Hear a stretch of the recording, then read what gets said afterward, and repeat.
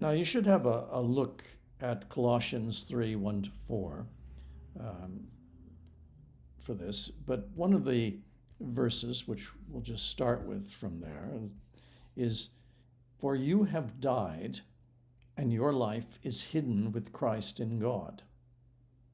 Let us pray. Through the written word and through the spoken word, may we behold the living word. Let's just try to. You have this picture next to me on the screen.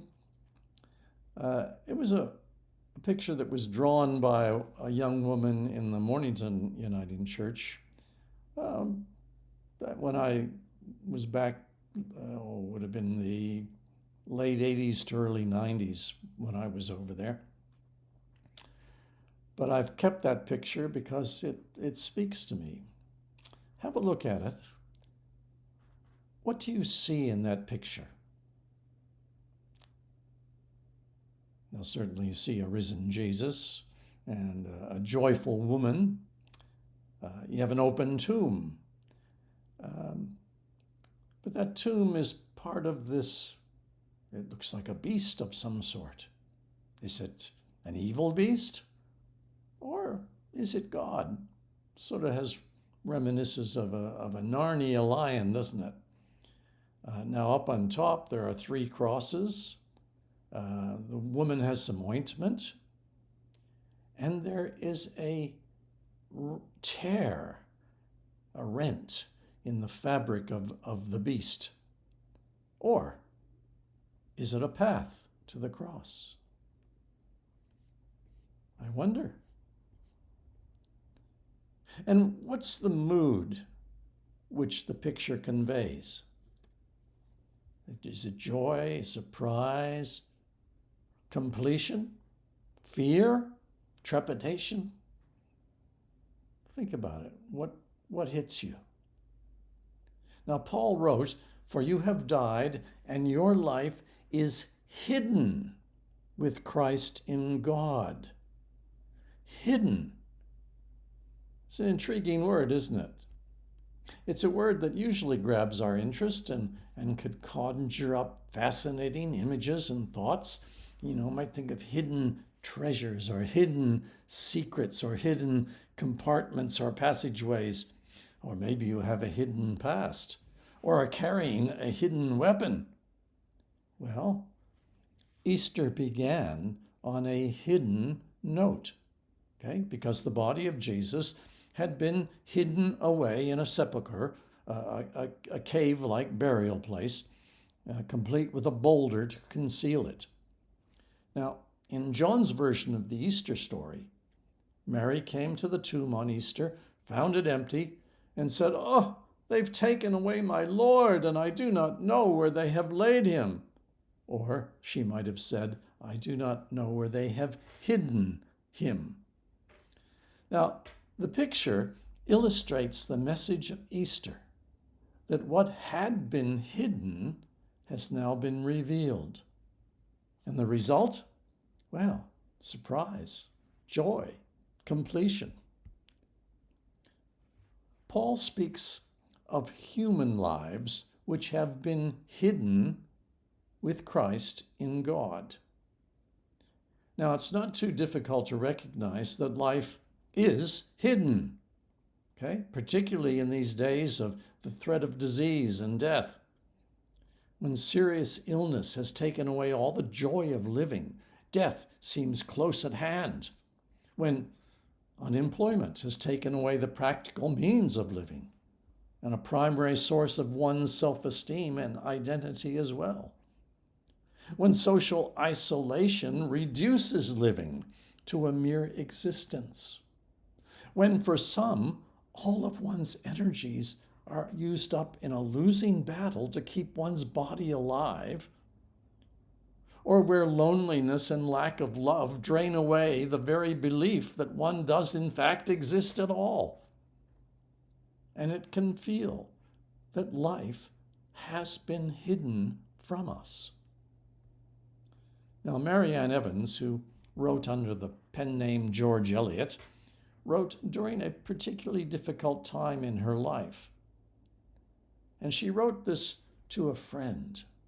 She said, "My address is Grief Castle." Well, sooner or later, all of us will live at that address, for it's a common legacy of just being human. To a more or lesser extent, even in the best of times, we all struggle. We struggle for self-esteem, for a sense of meaning, a sense of identity, or any of those other factors which distinguish living from mere corporeal existence. Life in its totality, that concept that the Bible calls eternal life, is hidden from us. Now, the celebration of Easter is our way of acknowledging that there's more to life than meets the eye, and that it's possible to experience it. There are certainly many stories I can tell of people who've had this experience of resurrection. I'll relate one. Tommy Dorsey, the jazz musician and gospel songwriter, was singing at a religious gathering in St. Louis when he received a telegram which read, "Your wife is dead." The place was packed. People were having a good time. They wanted another song.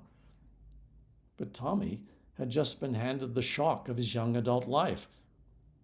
She was gone. He had left her back home in the last month of pregnancy. All had seemed well. Now everything was coming apart, quickly, without care. Tommy hurried back to Chicago and discovered that his wife had given birth to a son.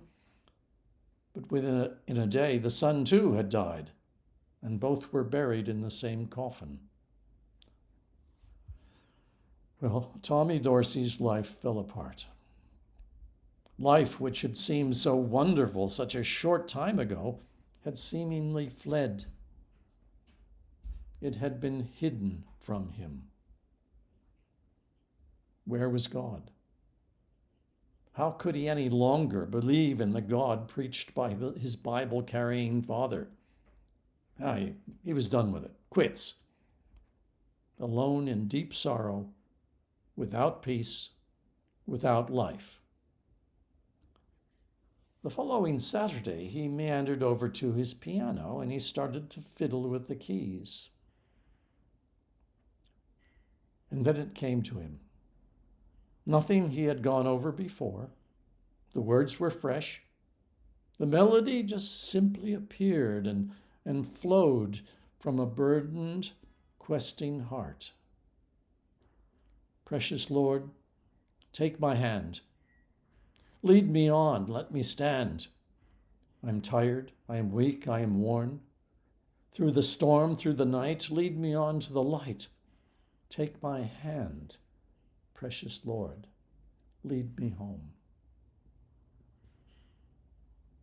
It was then that Tommy Dorsey knew that he had touched God and was touched by God. On that Saturday night, sorrow turned to joy, and Easter resurrection became a reality to the gospel singer. Life which had been hidden was revealed. Now, when I talk about life being hidden, I'm not referring to something which we have and then lose to be hidden from us normally. I'm talking about life which we've never known. Instead, we have substitutes, and they serve us well until something happens for which we have no resources. And it's then that we know that we're missing something important, that something has been withheld from us.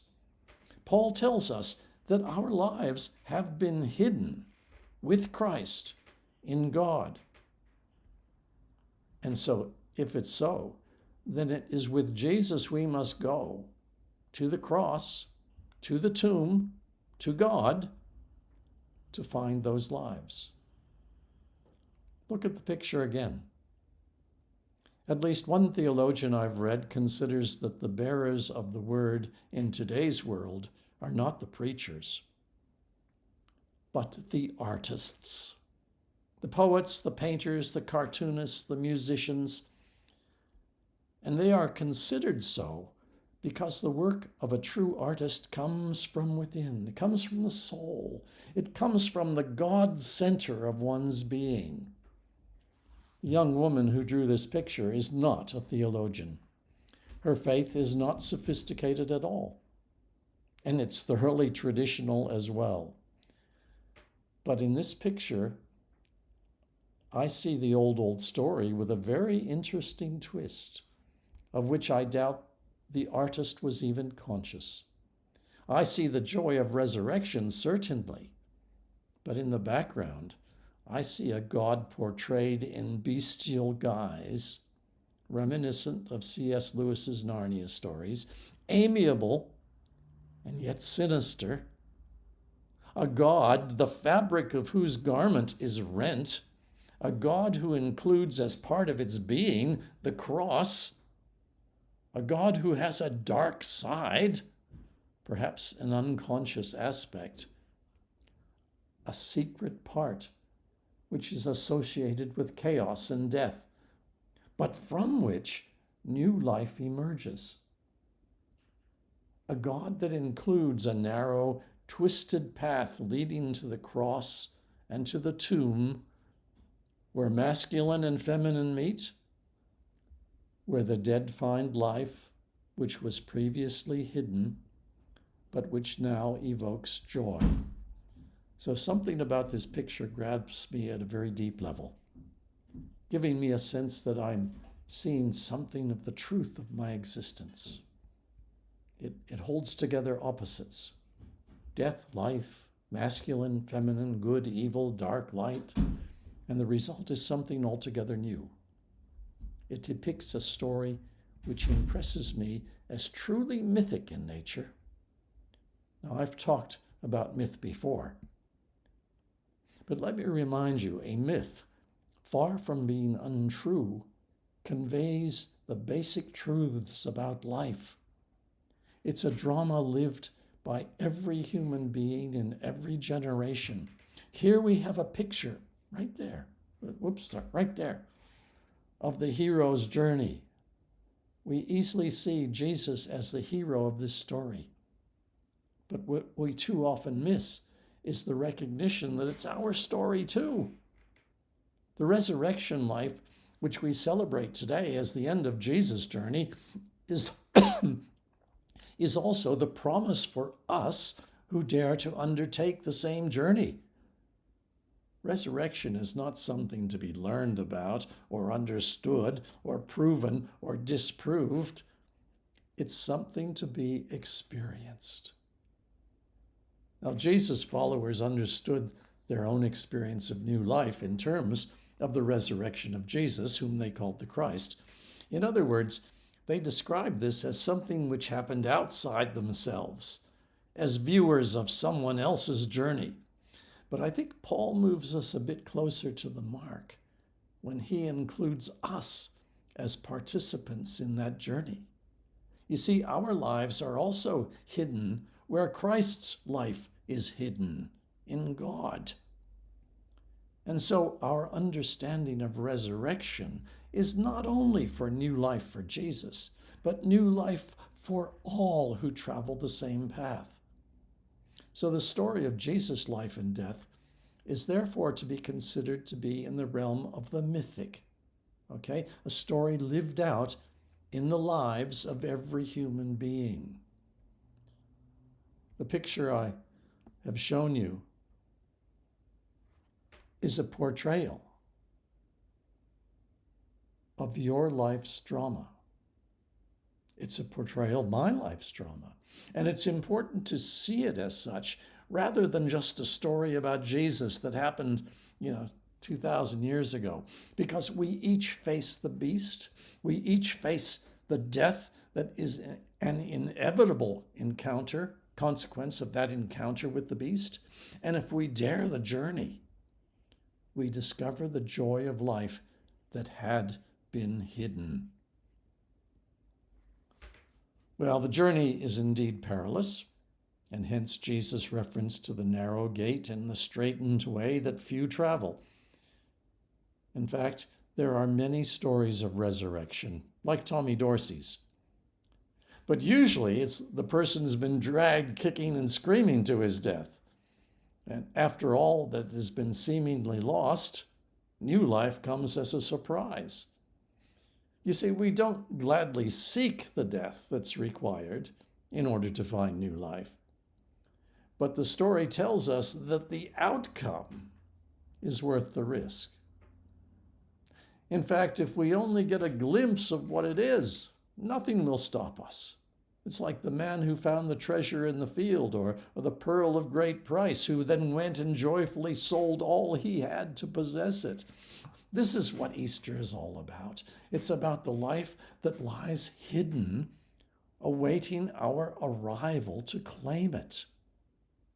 Easter is not just a unique event in history that happened 2 millennia ago, nor is it a fable with no reality behind it.